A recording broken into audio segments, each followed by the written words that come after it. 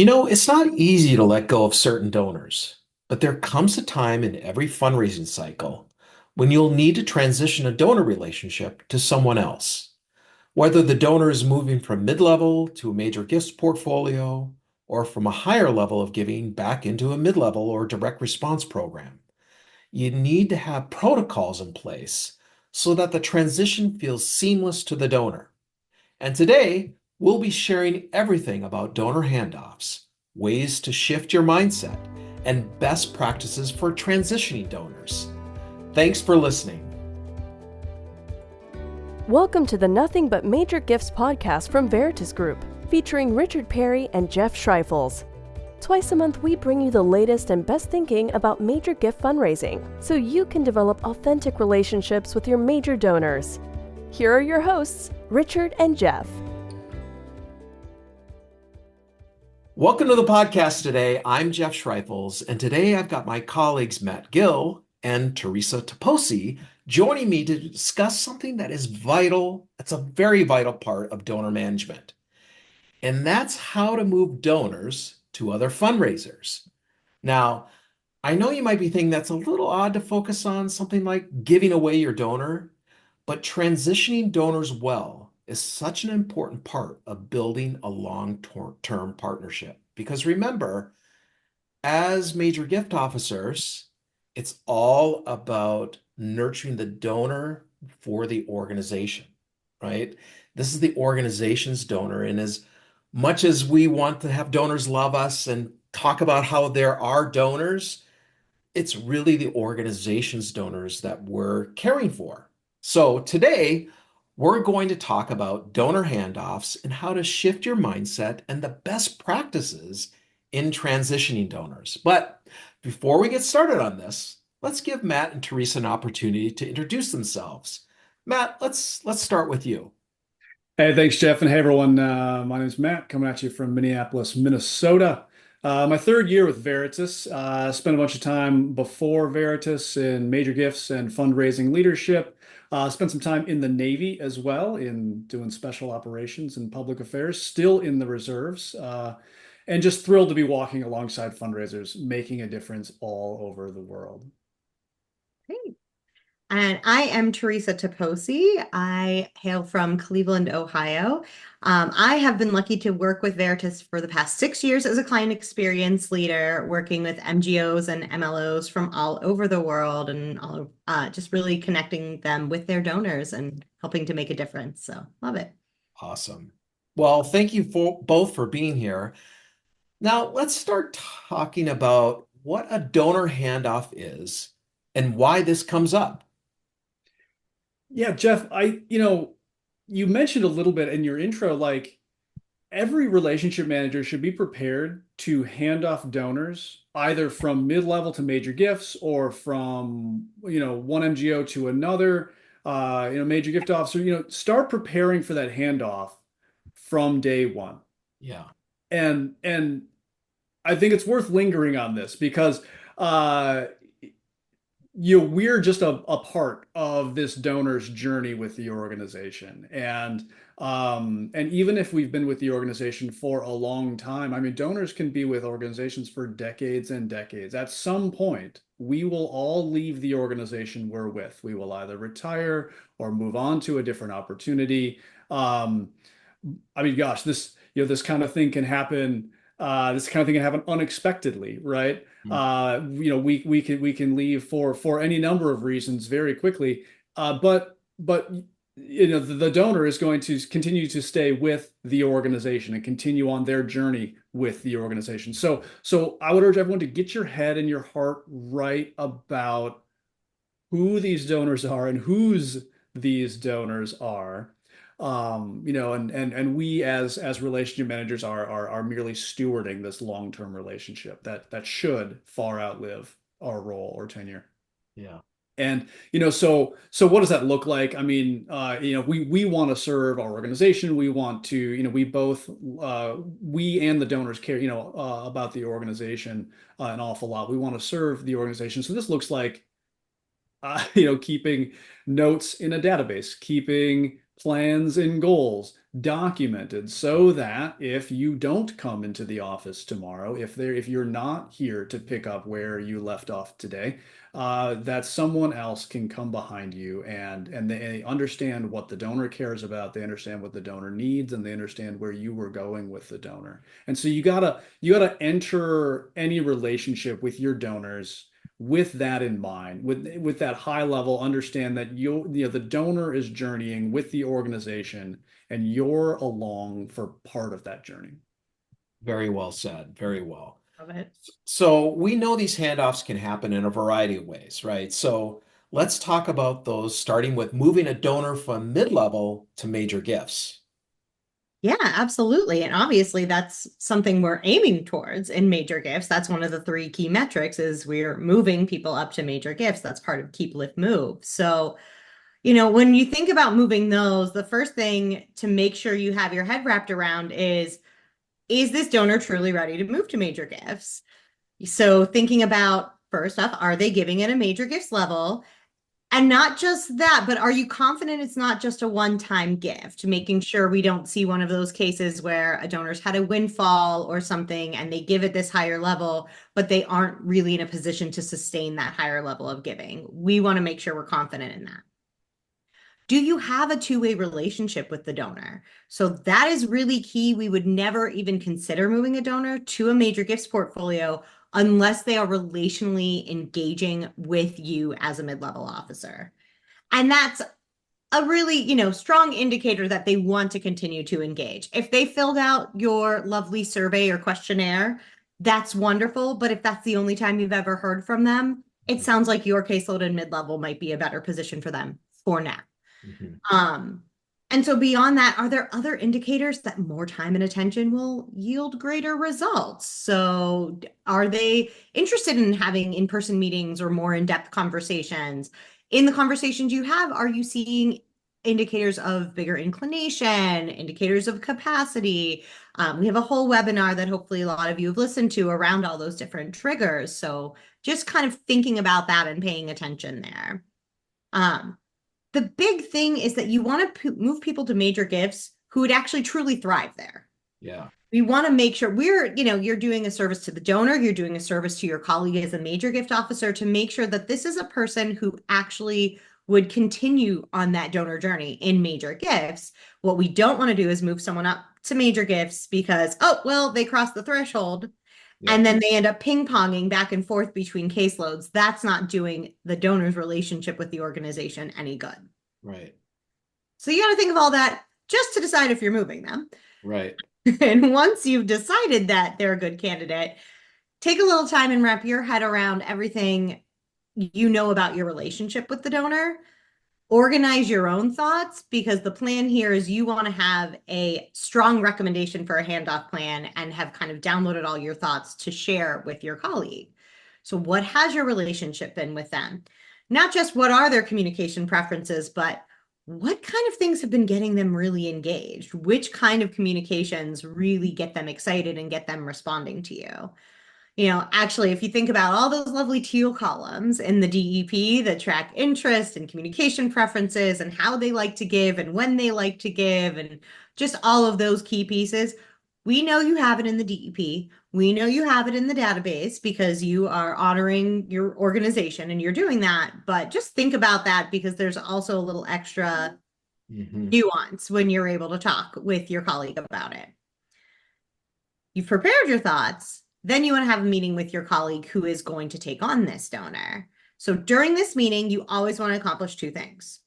First, download all that information to the gift officer. Make sure they understand everything you just kind of assessed about that donor. And then second, agree upon a plan and a specific timeline and deadline to do this handoff and make sure that that plan makes sense for each individual donor. No two plans should look 100% exactly the same because no two donors are exactly the same. So make sure you have a plan that makes sense for all of those. Everything I just said, we haven't even handed off the donor yet. All of that is just the prep. Just like we say the ask is in the prep, it's the same thing with the handoff. Everything is in the prep. When you're actually thinking about the handoff, I'd say there's probably two main strategies we see, right, Matt? Like the primary one, which is usually the easiest, is sending an email or a letter to the donor from the mid-level officer, the person who has been engaging. That communication says, hey, I have a new colleague. His name is Matt. He actually has a little bit more time to connect with donors, or perhaps Matt and I work for a national organization, and I can say, and Matt actually travels to people in your area and connects with them personally. And so Matt's going to be your point of contact as we move forward. You want to take a moment and really position your MGO as the expert there, showing the donor it's to your benefit to hear from Matt and everything he can share with you about the organization. Then you could say, I've shared with Matt what you've shared with me about, your connection, but I really invite you to share that story personally with Matt too. So you want to make sure you're really kind of establishing that relationship and setting Matt up for success. Yeah, let me jump in there. I think that's spot on, right? Position, Matt, this new person who you've not met and who you're not used to hearing from, this new person is an expert. You're going to have an even better time with them than with me. It's going to be even better for you. And so, this person's an expert in connecting donors with the impact of their gift. This person is in your area and and travels there frequently and and can bring the story of your impact right to your doorstep. These kinds of things that make it clearly in the interest of the donor to have this relationship transition. Yeah. Absolutely. And that sets up the donor, that sets up Matt to now be in a better position to take on that relationship. And so logistically, if you send this as an email, copy the MGO, they can follow up, they can start the connection from there. If you send it as a letter, the major gift officer can follow up with a phone call, really kind of qualification all over again, reaching out until we connect. And I would say probably a good majority of donors, this is the process that we handle most of the time, especially moving from mid-level to major gifts. Now you might have donors on your caseload that need a little more love and attention. And you might decide a more in-depth approach to the handoff is appropriate. So maybe that starts with a coffee together, me, Matt, and the donor. Maybe that makes sense. And then maybe a few months after that, there's tag teaming of touch points where I send a touch point one month and then Matt sends it the next month and vice versa. The aim is for the mid-level officer to kind of slowly fade out of the relationship while the major gift officer fades into the relationship.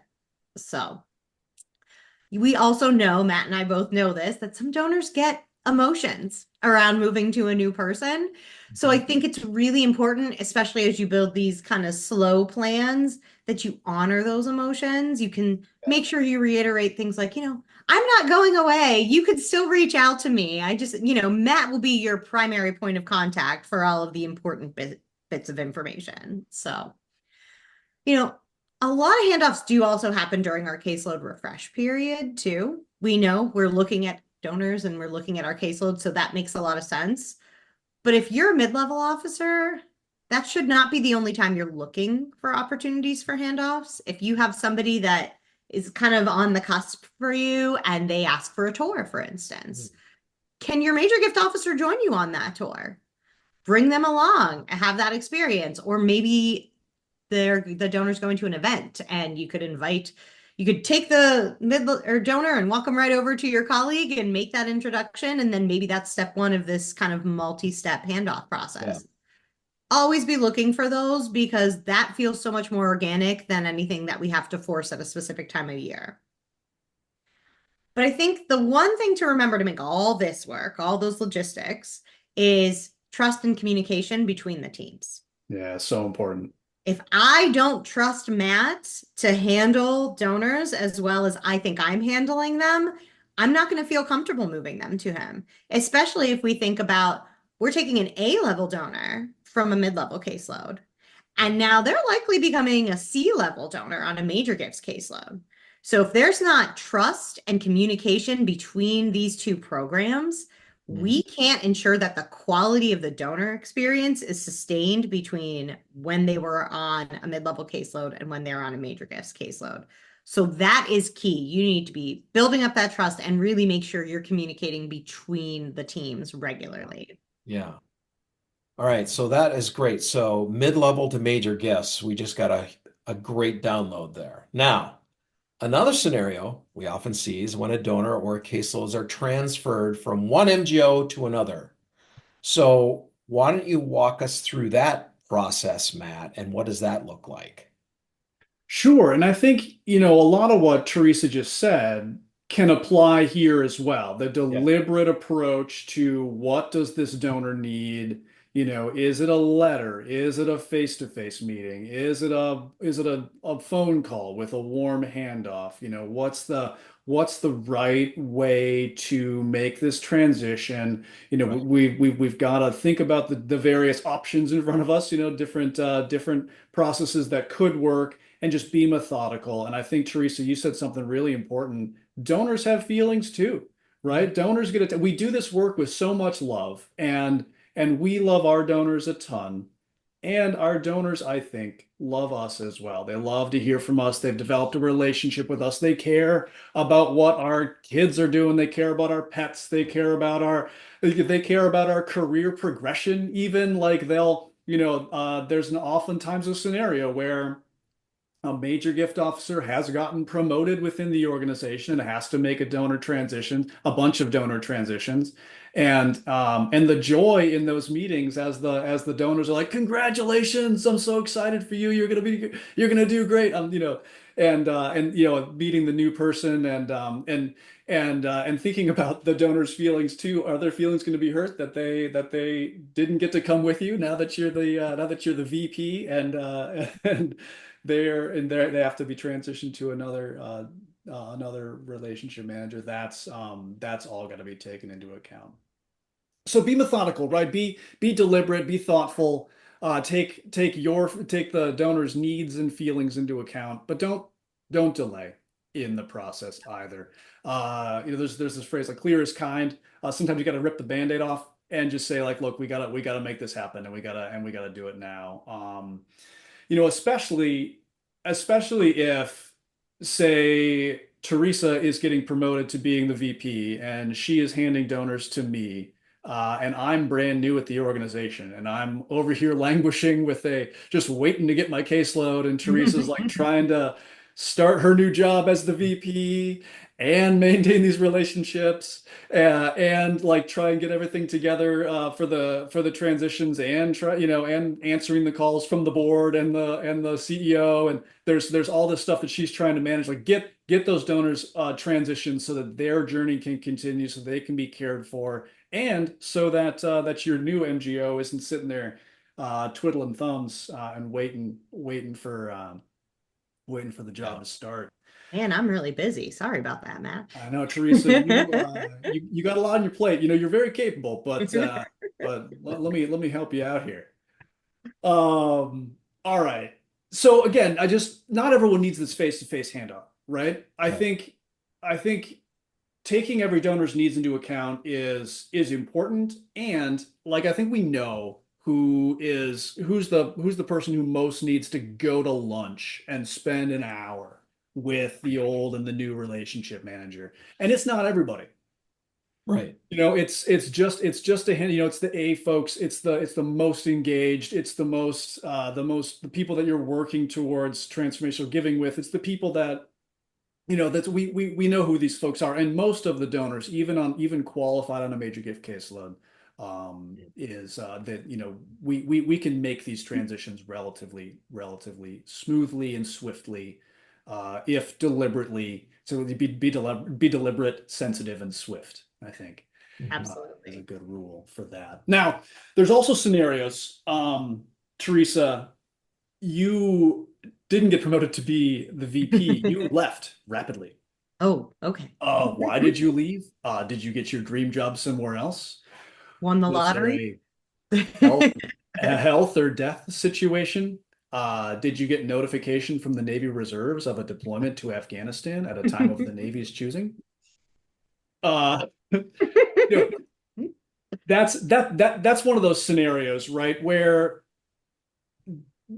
T.S. Eliot says the time of death is every moment, right? You've got to be prepared Mhm. for something unexpected to happen and someone to have to come through, the manager to have to come behind someone who left unexpectedly, and pick up with the donors where you left off, right? And so that's that information up to date, the database up to date, your plans are up to date, you've communicated your plans with your manager, that the manager has access to what the next steps in that plan were, that